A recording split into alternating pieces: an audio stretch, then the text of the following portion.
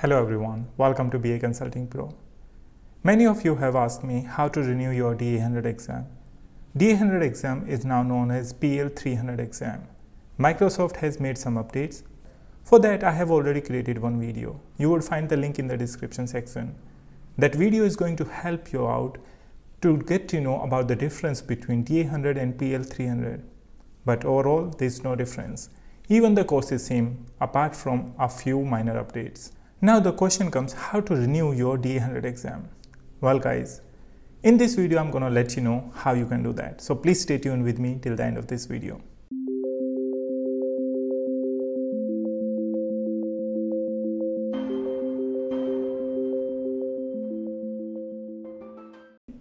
If you are looking to renew your DA100 exam or Microsoft Data Analyst Associate certification, then before the expiration of your DA100 exam, you would receive an email from Microsoft. That is generally going to come before 6 months of the expiration of your exam. Once you receive that email, there would be a link in the email. You can click on that link and it's going to redirect you to the Microsoft Documents page where you can attend those questions.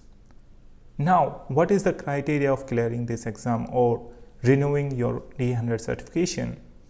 Well guys, there would be total 25 questions and I couldn't notice there is any time limit, so you can take as much as time you want.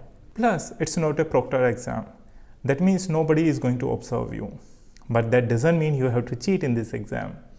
So what you can do maximum, you can use your Power BI desktop in order to solve some of the problems if you would like to, but I won't recommend that because that's not going to be necessary. If you are already working on Power BI, then it's going to be very easy for you. Not only that, I have some of the questions that you can practice for yourself.